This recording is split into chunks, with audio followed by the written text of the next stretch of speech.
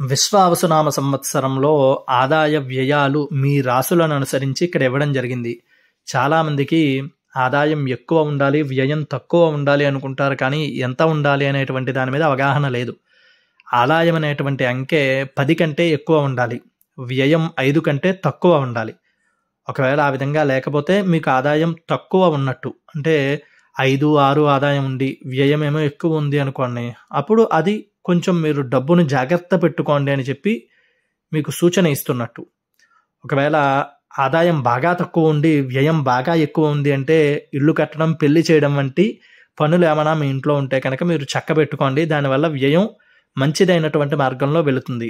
రాజపూజ్యం ఎక్కువ ఉంది అంటే మిమ్మల్ని చాలామంది గుర్తిస్తున్నారు అని గుర్తుపెట్టుకోండి. మంచి పనులు చేస్తూ ఉండండి. ఒకవేళ అవమానం ఎక్కువ ఉంది అంటే చాలామంది మిమ్మల్ని గమనిస్తున్నారు అని చెప్పి గుర్తుపెట్టుకోండి. అలాగే బయట మాట్లాడేటప్పుడు శ్రద్ధగా, జాగ్రత్తతో మాట్లాడండి.